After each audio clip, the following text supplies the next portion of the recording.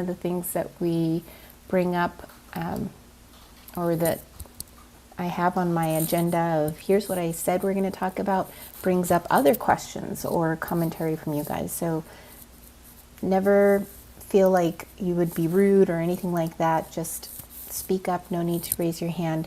And I will apologize in advance if you type a question or comment on chat. I'm not always the best at keeping an eye on that, because I'm also looking at my written notes about what I was going to talk about today. So it is 10 a.m. Tuesday, September 14th. Welcome to another Tuesday Talks. Today we have the first item. Actually, today we have a lot of church questions that I received during the week. Yeah, because did we have Tuesday Talk last week? I think we did. I don't remember if I was on vacation last week. Anyway, so the first one that I wanted to cover, I was a little nervous about. It's about, the question was, or the comment and question was, several of our members have been receiving text messages with the same phrasing. From the pastor, I need your help. I'm in a prayer session and can't be reached. Could you please buy some gift cards for Amazon and send me the numbers? I've heard of other churches that have had similar things. We've all seen the email scams that, the pastor sent me this, the bishop sent me this, or whatever. And, anybody can get duped and fall for it. Depends on your frame of mind at the moment, how busy you are, how authentic that scam email looks. But there are some things to consider. And in this case, so there's some things to consider when it's an email scam that will help you identify if it's a scam or if it's the real deal. In this case, we're going to talk about text messages, but overall, it's safe to assume that, and I know I'm preaching to the choir, you guys already know this, that your pastor is not going to be emailing or texting any one person asking for money or gift card numbers or anything like that. If something like that was legitimate, you would see, the people in the pews would see things like that in the church bulletin, in the newsletter. It would probably be on the website, or maybe there's a social media campaign from the church's page talking about this fundraiser or charity, whatever it is. So I'm sharing that with you guys now because sometimes it's helpful to just do a generic newsletter article. Hey, remember this, that you may see, holidays are approaching. So this would be an ideal time for scammers to send requests as if they are the pastor, or as if they are so-and-so. And then just kind of remind them about those things that, assume that it is fraud. If it was the real deal, you would see this request in many places, many official church places, not just through one random email or one random text message. So for today, and first of all, if you guys, like I said, if you guys have any comments about that, if you want to add to what I just said, chime in. Okay. So today, the big deal with this one was, and this is what made me nervous, is the ask was about a specific database company, and so I didn't want to name it, because then I felt like, does that make it sound like if I'm saying that this company is not reputable or anything? I didn't want to skew anybody to think that way.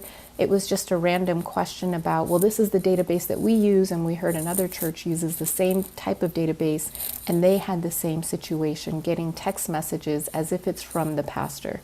And they were trying to figure out, where could some scammer have found our members' cell phone numbers to be able to send these text messages. It's one thing to send messages like to staff information that you find on the website, but they're like, we don't publish our members' phone numbers, so could this have happened? I think that there was a data breach. Well, they didn't say data breach, but that's basically what I started to Google is, and this is what I'm sharing with you guys. If this ever happens at your church, the first things I would recommend is to just check online, both social media. That's a lot of times that's one of the best places to find out what's really going on with a particular company. They might not have posted something on their blog yet, or sent out a newsletter message about, oh, we had a data breach or whatever. But there will be customers that are trying to find out, hey, I'm having this problem. Anybody else seeing this? I've seen that a lot on Twitter. You can follow different hashtags and see what you can find that way. Facebook as well. Check out that company's Facebook page and see what people are posting in there. So those are kind of like sidebar things.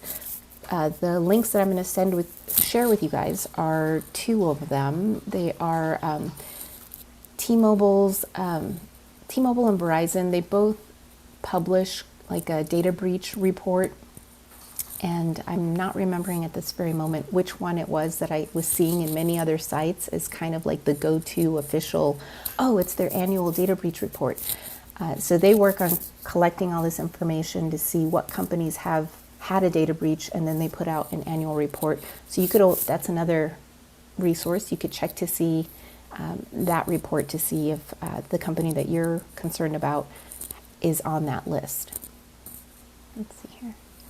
And then I did check that particular company's, database company's website to see if they had published anything about a data breach, and they hadn't. And I didn't see them on any of those lists, so it doesn't look like there was a problem. But I'm going to share with you a link to that company's blog, because it has great language in there that you might be able to skim off of to write your own newsletter article about what to look for if you think this is a scam. That's where it talked about, you're not going to get something like this just from the pastor. It's going to be in multiple locations on the church newsletter. So it's a great link. I'll send it to you after this meeting so you can take a read and see if there's something you can use. All right, so, and I didn't get any emails from people about if different churches have been experiencing something like this lately, so I don't have anything like that to share. Oh, Chris has something. Go ahead. Yeah, we've had several members who have gotten text messages, and so I'm very curious about how they've gotten those, because there's not, I can't see any correlation between the members. A couple are on the Facebook page, but not all. I don't know how they got their numbers. Yeah. I thought about, because I use T-Mobile, and I know they had a data breach not too long ago. So I was wondering, I wonder how many of those members were with T-Mobile. But even still, to make the connection between our church and our pastor and those people. True. I have no idea. Judy, you had your hand up. I don't know how the political texts are coming. I'm getting a lot of political texts and activist texts. So there's something going on with where people are getting phone numbers. And I'm on every government, do not use my number list, but doesn't seem to matter. So I don't know. This has happened with our membership with a former pastor last year, 2 or 3 times, but they were emails, if I remember. And then she would I write the newsletter. I put together the newsletter. I don't write anything. I just take what people give me. But she wrote that, it was a scam, and we put it in the newsletter, and we talked about it in church and announcements. And same thing with Bishop Bob. He always sent an email that said, hey, no, this is not a real thing. So I just think when it happens, you've just got to communicate with your people that it's not real. Yeah, thank you. I have a question for Chris. Chris, did those text messages appear to be coming from the pastor? They said they were, but the phone number was not. Okay. Yeah. So they don't have to they don't have to have specific information if they don't have the pastor's name. They can just say this is the pastor, and which is actually what happened with us as far as emails go. We didn't get any texts, but we had emails, and we had to do the same thing that Judy did. We just put out the word. The good news is we have a weekly email that goes out to many of our members. And we put out an immediate blast to everybody saying, this is not real. We do too. Yeah. So. Great. And it maybe one of the strategies on your link, Christina, just to type in stop below and send it back. And supposedly that's supposed to stop stuff because you don't know whose number it is. Right, but that would work if it's a legal, like if it's a legitimate subscriber list, something like this, they're hoping that you will respond. So part of what you would want to recommend is don't respond, Okay. you know, on this type of thing where you think it's a scam. Okay. Carla. So I think it's worth noting that it's better to be proactive on this and periodically make those statements in your newsletters and your emails and even in your worship services that we will never ask for anything in this way. If you get something and you're concerned, please call the church office. I know Willowbrook does do that, but it even if you aren't getting these messages, because they're starting to come through, it's probably not a bad idea to just go ahead and make that statement to people so that nobody does accidentally give something. Thank you. Okay, then I think we'll go ahead and move on to the next question. And I did take notes from what you guys talked about, so hopefully have it get reflected in the post-meeting email. All right, so the next question was about, oh yeah, go ahead. 1 second. You can report them. I forget, I'll have to look up where it is, but you can report like spam texts. So I will send you that after. Sorry. Thank you, awesome. Perfect. Okay, so the next item is another church question. So I think last week or 2 weeks ago, we talked about, be sure to check out if your church is on that group of subscriptions that the Desert Southwest Conference YouTube is subscribing to. And if it is, great. Help out some of our other churches by subscribing to them so they can reach 100 subscribers. And then also just to verify that we have the right YouTube channel. Some of the stuff we discovered is some churches have 2 or 3 YouTube channels. Oh, your church has 2. Okay. So, and it can seem very helpful, and it probably at the different times where they started the different channels, it was like, yay, now we have a YouTube channel again, woohoo. And then that super helpful member, volunteer, leaves or some, whatever, got busy with life, and then it's either forgotten about or just left because, go ahead, Judy. So how do you get admin rights to something that is from your church, but it was from an old staff person? I put that in the chat, but I know you don't have time to read it. And I asked everybody and nobody said anything. So we don't know.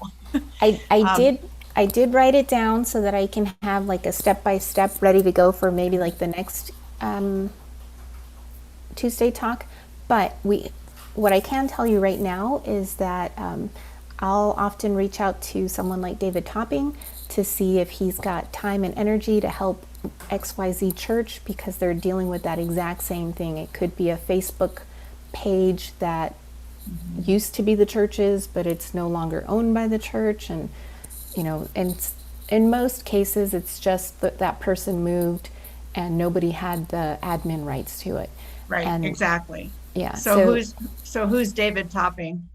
David Topping is a music director actually at one of our churches. His wife is a pastor. I'll Catalina UMC, Judy. I will connect you guys directly with David. Catalina. Oh, and Betty, that's the exact same thing that happened to us.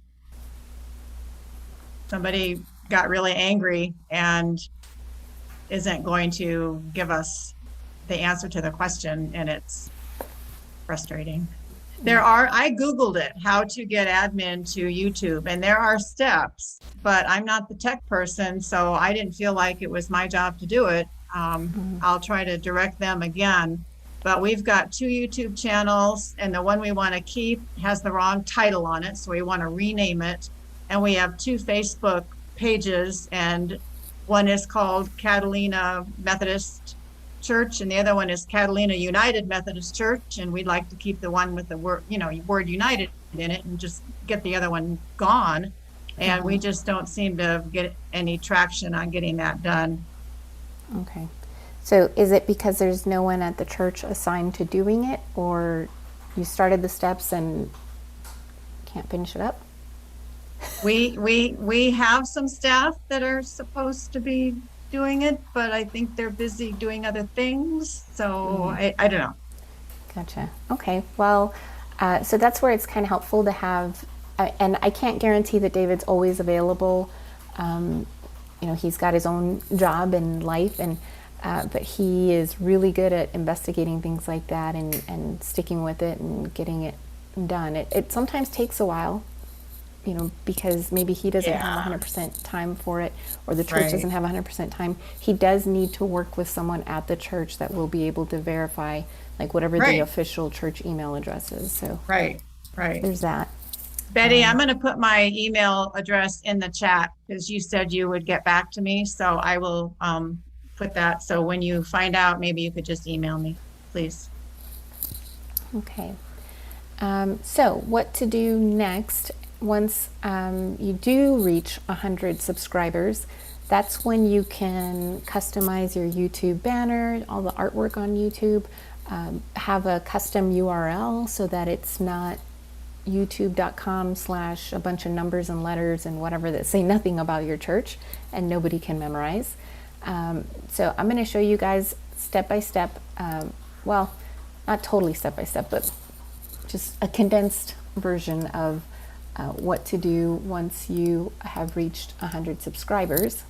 So this is the Desert Southwest Conference YouTube channel. I minimize the videos. So number one, you will end up getting some kind of an email, or at whatever the admin address is for the YouTube channel, you'll get a notification, and there'll be some guidance from YouTube, but it's really nothing to be afraid of or nervous about. You see this big blue customize channel button? That's what you click on first. And then you've got all sorts of options. You might not have a trailer video like we do, so you don't have to fill that part out. You could ignore it. To do the featured sections, this is the stuff that you see just below the trailer. And if you don't have the trailer, you would see these first sections right at the top of your channel. You just have to click here to add section. There will be some that are already in here. Let's see if we have any. No, I must have already removed them. But some of the automatic ones that will be in here are uploaded videos, maybe short videos, things like that YouTube is trying to help you out by creating some sections. But you can create your own sections, either like if you've got videos scheduled to go live, you could have a live now section where people will see, oh, there's the countdown to when it's going to be live. You could see the past live streams. That could be a different section that you see. You could create playlists, and then you just select, let's say if it's a single playlist or multiple playlists, it's still going to be just one section that's either showing all the videos that are in the one playlist, or section that is showing all the videos in more than one playlist. So the ones that are grayed out are the ones that we have live. So one of the channels that we have is subscriptions, and that's how I was able to create that one list of all of the church YouTube channels. Okay, so you would just add there, and then you can move them around in order by, see how it moved from an arrow to a hand? Right here where the stack lines are, you just click and drag it up and down to wherever you want it to be. And if you decide, yeah, I don't really like having the past streams section or whatever, That's how easy it is to remove it. You just hover over, look for those 3 dots, and then you can remove the section. In this case, it's a playlist, so I can even edit that part as well. So that's for the layout part. And Excuse then- me, is this only for if you have 100 followers, or is this any basic deal? No, you'd have to have at least 100 followers to be able to get into this Okay, customization part. yeah, we have 14. So, And we have 2 channels, so we have to work on that first. oops, yeah. And you know, like I said, some of our churches, just from adding their channel in here, now they're past 100 subscribers, so it's possible. Another church isn't quite at 100, but they've already tripled their subscribers. And there's another one that doubled their subscribers, still not quite at 100, but we're working on it. There's some things we can do about that. So let me finish up with the branding here. So as you can see, there's all sorts of different graphics that you can upload to make this channel look more like your church. It shows you here the dimensions to have. There is a size limit, and it doesn't show it right here, but when you, okay, this one does. So one of the problems I had at first is that I was creating JPEG images, and it's really looking for PNG or GIF. So keep an eye on that. If you are struggling with, well, my church doesn't have graphic design software to be able to create this banner or the logo or whatever, I'm going to bring you to Canva again. Oh, I already had it there in another window. Here, what we did with Willowbrook was look for images that they had on Facebook of the church. There was the church building, they had the stained glass windows inside, they had this beautiful, whoops, didn't mean to add that in there.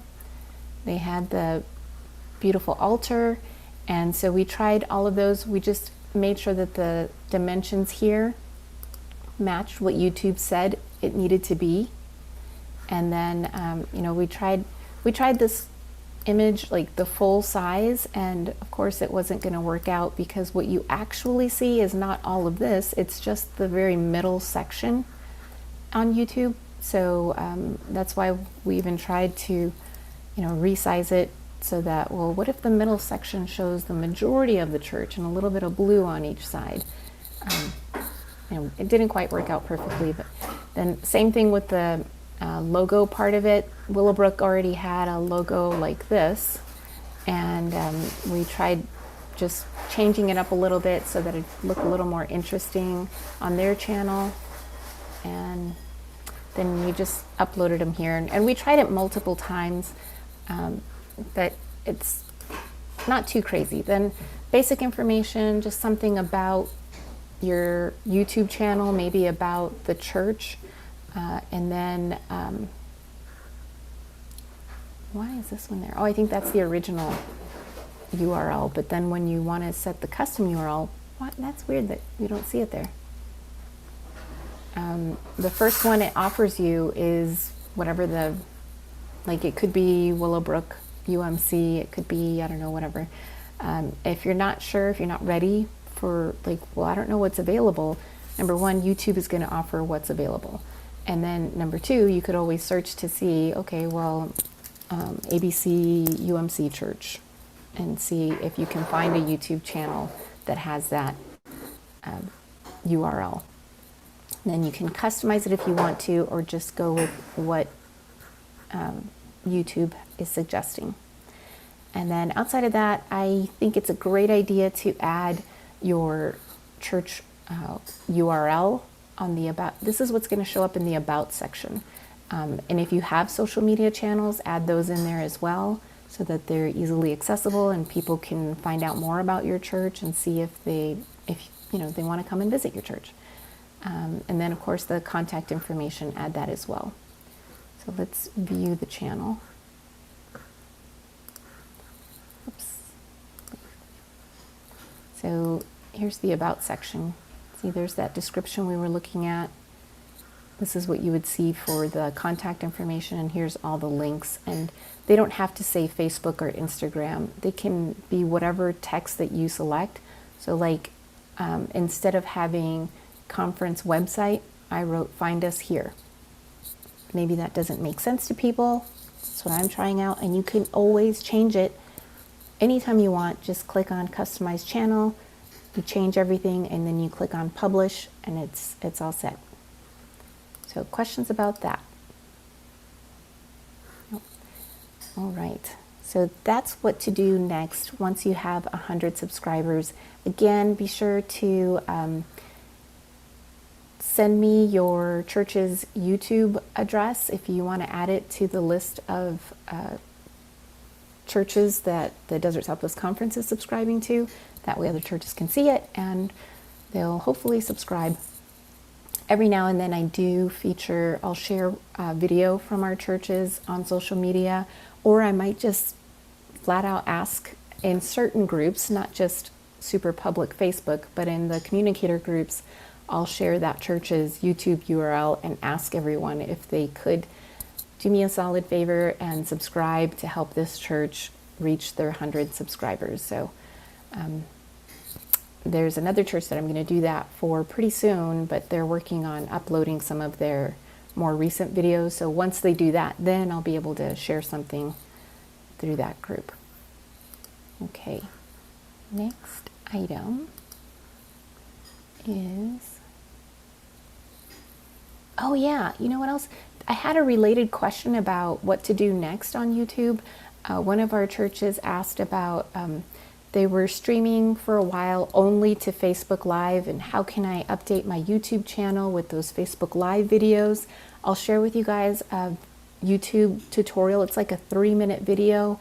It's not an official channel or anything. It's just someone on YouTube that was sharing her screen and showing, here's how to download your videos that were recorded as Facebook Live so that you can upload it to YouTube. So she does the whole thing from downloading to uploading to YouTube. Super easy, great video. So I'll share that link with you guys in case you need it. All right, next question was, do you have a privacy policy template we can use on our church website?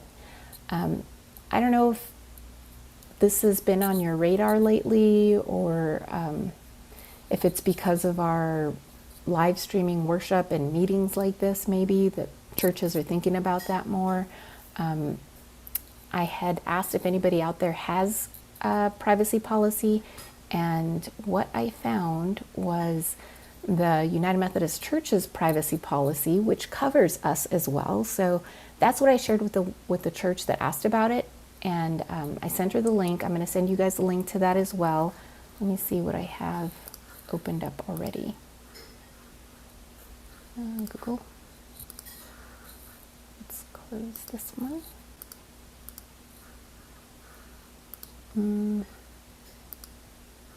Nope, I didn't open it. Well, these are privacy policies from a couple other churches that had shared it in another communications group. So I'll share these links with you. Here's this particular one. What they did is, you can see on this page, you can ask for prayer. There's lots of other stuff. And here's their legal and privacy section. And if you click on our privacy policy, this PDF, where is it? Oh, I guess it's not here. Well, the PDF of their privacy policy pops up. Let's see if we can, yay, there it is. So I'll send you guys these links, and you can see if it's helpful to you. This is the United Methodist Church's global privacy policy. It was updated in 2018. So this is what I started out with, and because it's not very recent, and it's only what I found. I have checked in with Ask the UMC, which is what I used to call InfoServe, but you guys can go to it too to ask if they had an updated privacy policy. I haven't heard back yet, so I imagine they're super busy, but I'm hoping to get that soon. Once I get that, then I'll send that link to you guys as well. Because of issues with, what is it, the GDPR, I think it is. It's that, it's about how we use your data, how we use your, all that business. That's why I was thinking something from 2018 wouldn't be addressing that data use policy that we need to be aware of. So that's why I picked up those other two churches. One of them, the Hope Church Nottingham, they had shared that they had just updated it not too long ago, and their recommendation was keep it fairly light and pick language that does not force you into a corner. And the person that shared it, he says his day job is data privacy, so he has some experience in crafting those privacy policy statements. So again, you'll get that link. No worries. And that, I think, is the last question I had. Does anybody have something else to add or something else to cover? Nope. But yeah, go ahead, Judy. Was just going to say, I see this is live currently on YouTube. Does that mean it's also a recording that you could get to later? Yes, I Yes. will. Yes, I'll include the recording to this meeting in the post meeting notes email that you'll get. Oh, yeah. And Okay. I'll include the playlist link as well. So, Betty, your Thank you. church just went through the YouTube updating channel process. What did you think of it? What would you say to other churches that are in the midst of, oh my gosh, we're at 100 subscribers, what do we do? Well, whenever I saw, when you first started talking about it and said something about when you get to 100 subscribers, you can get your personal URL, I thought, wow, that's a great idea. We were like at 80 something at that point. And it scared me, but I thought, okay, this will really, really work. And whenever you put out the word, subscribe to channels, a whole lot of you people subscribe to our channel, and I appreciate it. And so we did cap out, we passed 100. And so then I sent Christina an urgent email. I said, okay, so now what? Anyway, and Christina, you have been a godsend for me. Thank you so much. Christina actually walked me through the process yesterday of bringing our YouTube channel into this century or this decade, I guess, truthfully. But I had to create a new YouTube channel whenever I first took over as communications person. I inherited the job from somebody else, and our old YouTube channel was on his personal email. And so I had to create a church email and a new YouTube channel because we were going to start live streaming. And we really didn't want that on his personal email. And so when I set it up, because I didn't put any pictures in or anything like that, our logo was W because that's what Google gave us. Our Google page is a W right now because I haven't put anything in there. And it was very, people in the church knew how to get to the live stream, and that was pretty much it. And with Christina's help yesterday, we actually updated our page, and it looks really, really good. And I'm now publishing. Today I'm going in and changing our link on our website and in our weekly email that goes out, so that everybody will be able to get to the right place whenever it's time to see stuff this weekend, whenever we go live again. But it was daunting at first. Whenever Christina started showing me what to do, partially because she was helping create a better logo for us, because our logo was antiquated and very pixelated. But once we got past that part, the actual work on the YouTube channel was a great experience. And so I encourage you guys, if when you get to the point where you can do that, do it. Don't let fear stop you.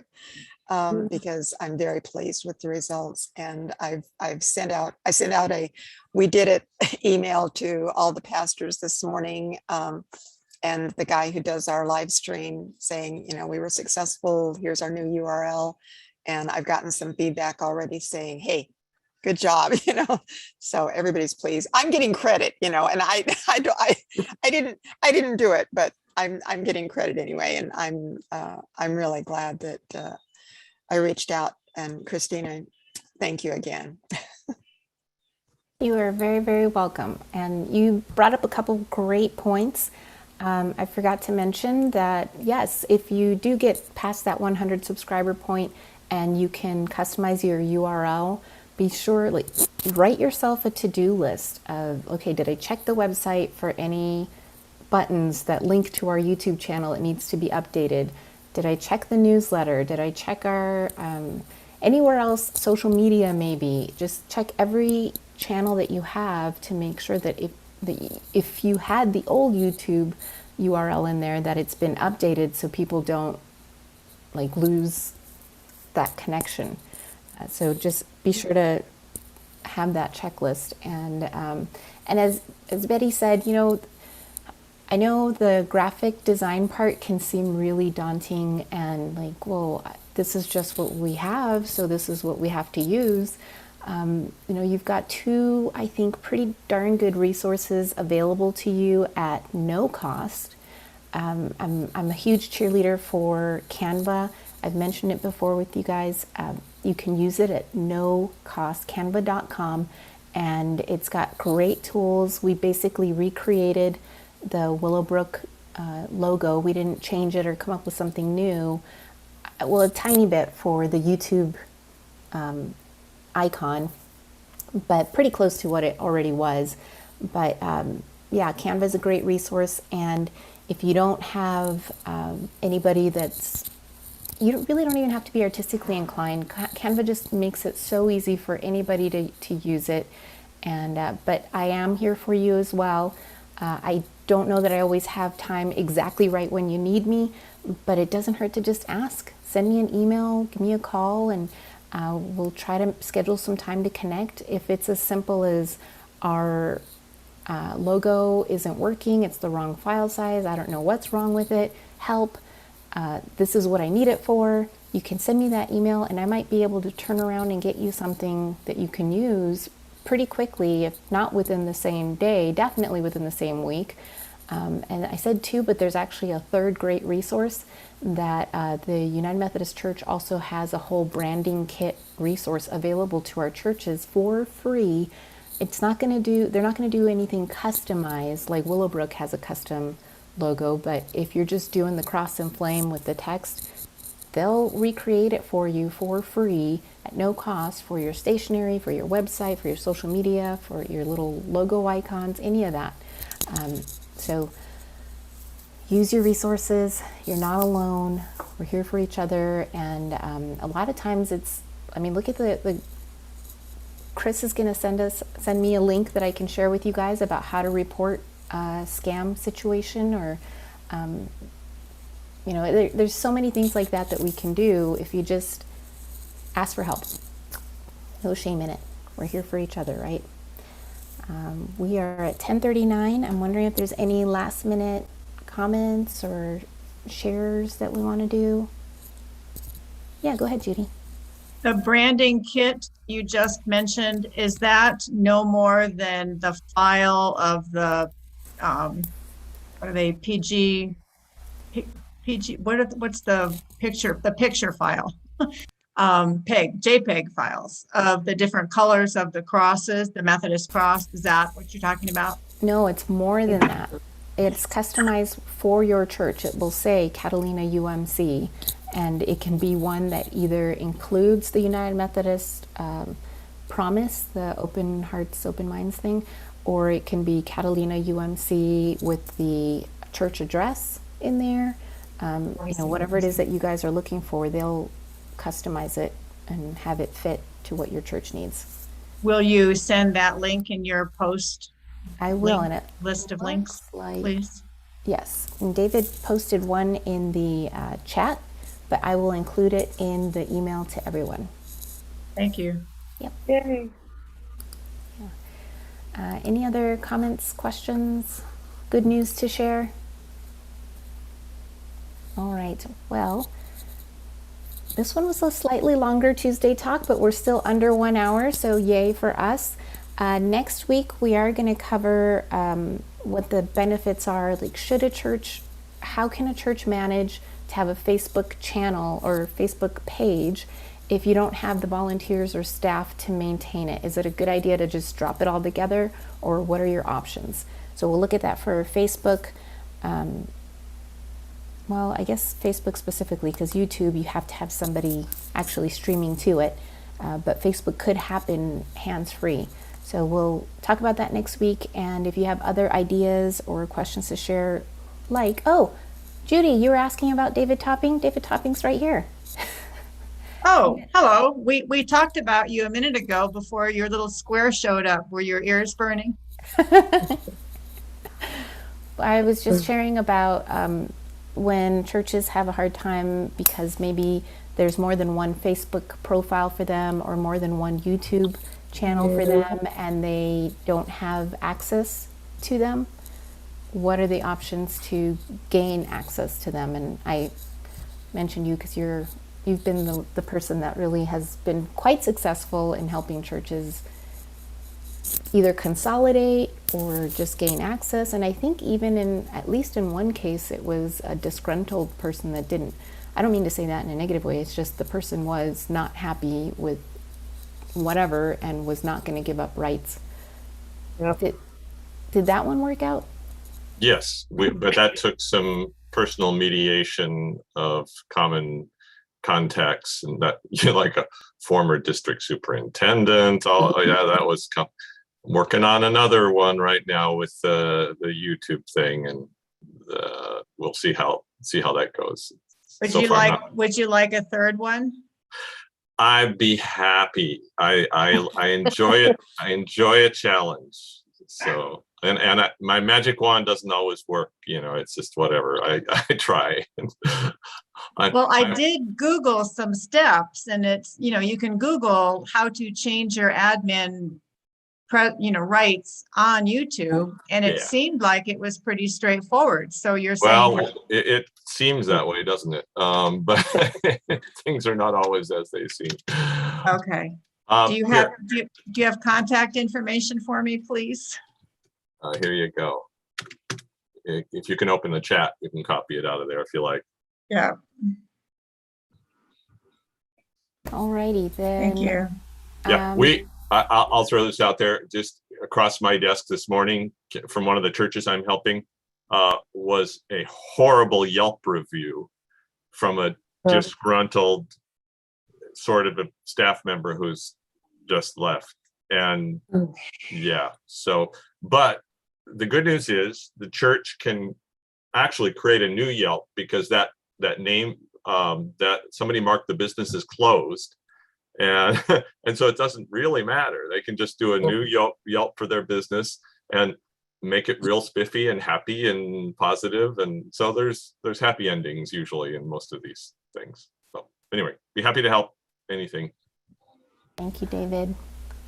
And thanks everybody for joining me today, September 14th. I hope you all have a great rest of your week and keep sending those questions, comments, suggestions